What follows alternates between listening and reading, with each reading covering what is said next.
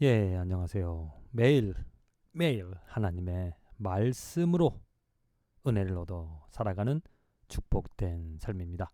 오늘 1월 30일 읽을 말씀은 창세기 31장, 그리고 에스더 7장, 마가복음 2장, 로마서 2장의 말씀입니다. 이 네 장의 말씀의 주제라고 할까요? 한 가지를 초점 맞춰서 이렇게 살펴보자면, 믿음을 가진 사람을 하나님께서 어떻게 축복해 주시는가입니다. 오직 의인은 믿음으로 살아간다고 했습니다. 그래서 그 믿음으로 살아가는 사람을 하나님께서 어떻게 돌봐주시고 하나님의 그 은혜를 어떻게 주시는지를 구체적으로 여러 믿음을 가지고 살아간 사람들의 삶에서 볼 수 있다는 거죠. 그래서 먼저 야곱입니다. 야곱이 하나님의 장자권을 받으려고 좀 속임수를 쳤지만은, 하나님에 대한, 야곱은 정말 이 하나님에 대한 열정, 하나님의 그 은혜, 하나님의 손길, 하나님의 인도하심을 바라며 살아간, 한마디로 믿음으로 살아간 야곱입니다. 비록 그가 속이는 일들을 함으로 또 속임을 당하며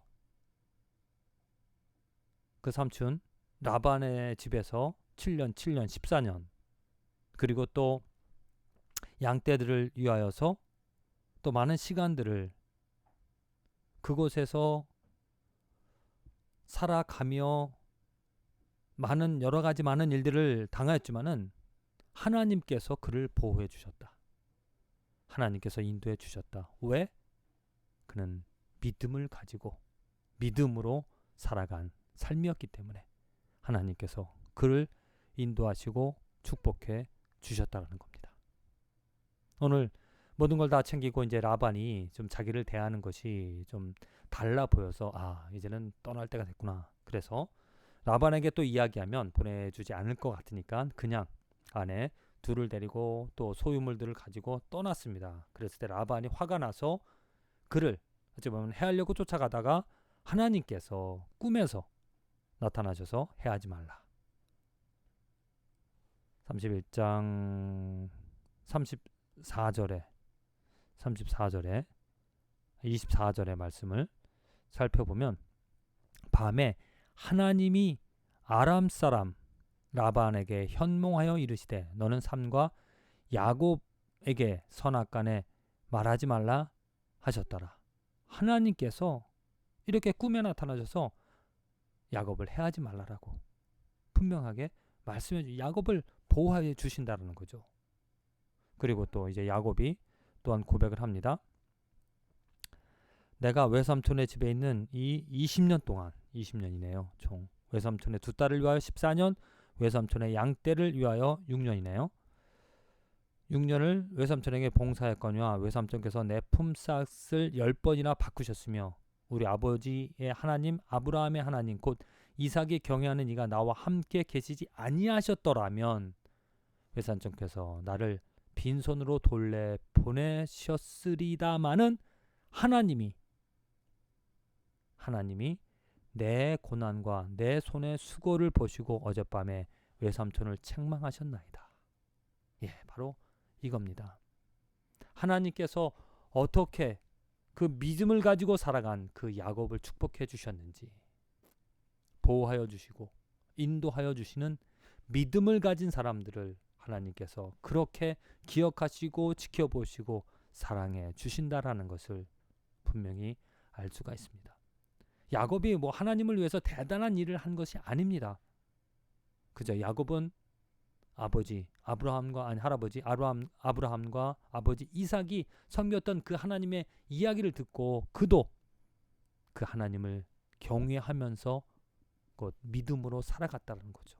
그랬을 때 하나님께서 그 야곱에게 정말 기가 막힌 은혜들을, 사랑들을, 어찌 보면 야곱은 인격적으로 부족한 그런 부분이 있었을 것입니다. 하지만 하나님께서 그의 믿음을 보시고, 외적인 그런 행동보다 그의 믿음을 보시고 이렇게 축복해 주셨다.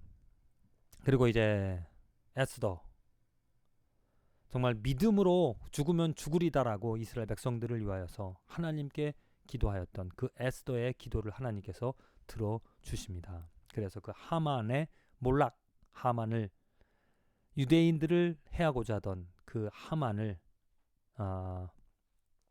왕이 몰락하게 하는, 그 십자가에, 아니 그 나무에 달게 하는 그런 일들이 나옵니다. 보이지 않는 하나님, 그러나 믿음을 가진 그 모르드게와 에스더에게 놀라운 은혜와 큰 능력을, 하나님의 또 절묘한 보이지 않는 그 손길들을 알게 하시는 그 하나님의 은혜와 사랑. 그리고 이제 마가복음 2장의 말씀입니다. 예수님께서 직접 중풍병자를 고치시고 또 레위를 부르셔서 이제 제자로 삼게 하는 것, 그리고 금식에 대하여서 유대인들과 논쟁을 하는 것, 또 역시 안식일에 대하여서, 지금 전체적인 예수님께서 지금 하시는 그 말씀들은 무엇냐면, 유대인들과 지금 논쟁을, 유대인들이 예수님께 반항을, 예수님을 인정하지 못하는 이유는 무엇이냐면, 그들이 지금 생각하고 있는 율법의 안식일을 지키라고 한 그 율법을 예수님은 지키지 않는다라는 겁니다. 또 금식하라는데 금식도 하지 않습니다. 그러한 모습들을 보면서 어떻게 하나님의 말을 하면서 하나님의 율법을 지키지 않느냐, 손가락질 한다는 거죠. 자, 왜 예수님께서 그 유대인들과 이런 논쟁을, 또 유대인들이 왜 손가락질 받는가? 그 이유는 한마디로 예수님은 죄의 문제를 알고 계십니다. 지금 단순히 이 중풍병자를 보더라도 병을 고치는, 그냥 걷지 못하던 그런 상태에서 걸어가는 것을 해로 예수님께서 그 일을 해 주시러, 육체적인 돌봄을, 육체적인 문제를 해결해 주시러 오신 것이 아니라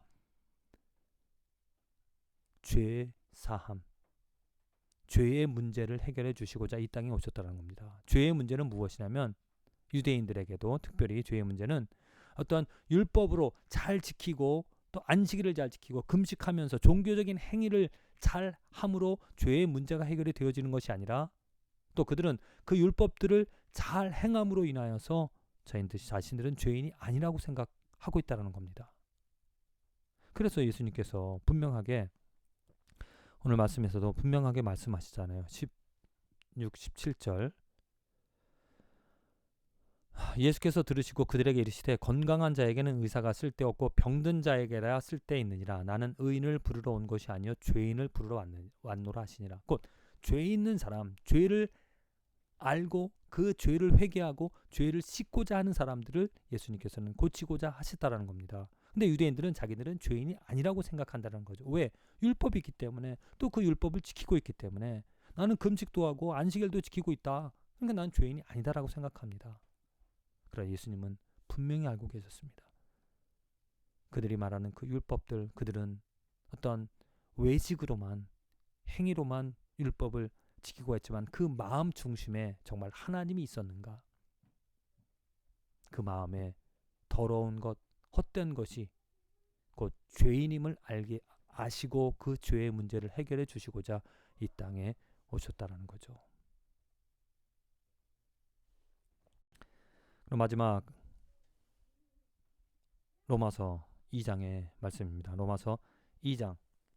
계속해서 똑같은, 거의 같은 말씀입니다. 유대인과 율법에 대하여서, 유대인들은 외모의 중요성을 알고 있었습니다. 율법을 지키는 것이 외모로서, 행함으로써 율법을 지키는 것, 금식하고 11조하고 또한 안식일을 지키는 그러한 일들을 지금 행함으로 인하여서 하나님의 충성하고 있다, 하나님을 잘 믿고 있다라고 생각하고 있죠. 그리고 또한 그들은 외적으로 아브라함의 자손이기 때문에 우리는 하나님의 선택된 백성이다라고 이야기를 하고 있다는 겁니다. 그랬을 때 분명히 사도 바울이 이야기를 합니다. 12절, 하나님께서 외모로 사람을 취하지 아니하십니다. 외모로 사람을 취하지 아니하신다는 겁니다. 오직 하나님께서는 그 마음 중심에 있는 그 믿음을 보신다라는 거죠. 그래서 하나님께서 그들에게 말씀하시는 것, 오직 이면적 유대인이 유대인이며 할례는 마음에 할지니 영에 있고 율법 조문에 있지 아니한 것이라. 그 칭찬이 사람에게서가 아니요 다만 하나님에게서니라. 이겁니다. 표면적 유대인이 유대인이 아니요 표면적 육신의 할례가 아니라는 것. 할례는 어디에? 마음의 할례를 받는 것이 진정한 하나님의 자녀로서 해야 될 일이다. 마음의 할례. 곧 그것이 무엇입니까? 믿음이라는 겁니다. 믿음으로 우리는 하나님의 자녀가, 믿음으로 우리들의 마음을 새롭게, 마음의 헛된 것, 잘못된 것 다 잘라버리고 거룩하게 하여서 하나님께 드리는 것, 그것이 바로 하나님께서 기뻐하시는 그러한 사람을 또 하나님께서 축복해 주신다라는 것입니다. 그래서 오늘 정말 중요할 말씀은 오직 의인은 믿음으로 살아간다. 믿음이 없이는 하나님을 기쁘시게 할 수 없고, 믿음이 없이는 정말 하나님께 나아갈 수조차 없다라는 겁니다. 부디 저와 여러분들의 삶에서 그 믿음, 마음으로 믿는, 마음으로 하나님을 찾아가는 그 믿음으로 하나님의 돌보심을, 하나님의 축복하심을, 하나님의 은혜를 경험하며 그 하나님을 찬양하고 하나님께 감사할 수 있는 저와 여러분들의 축복된 나날을 또한 하루가 되어지기를 간절히 기도드립니다.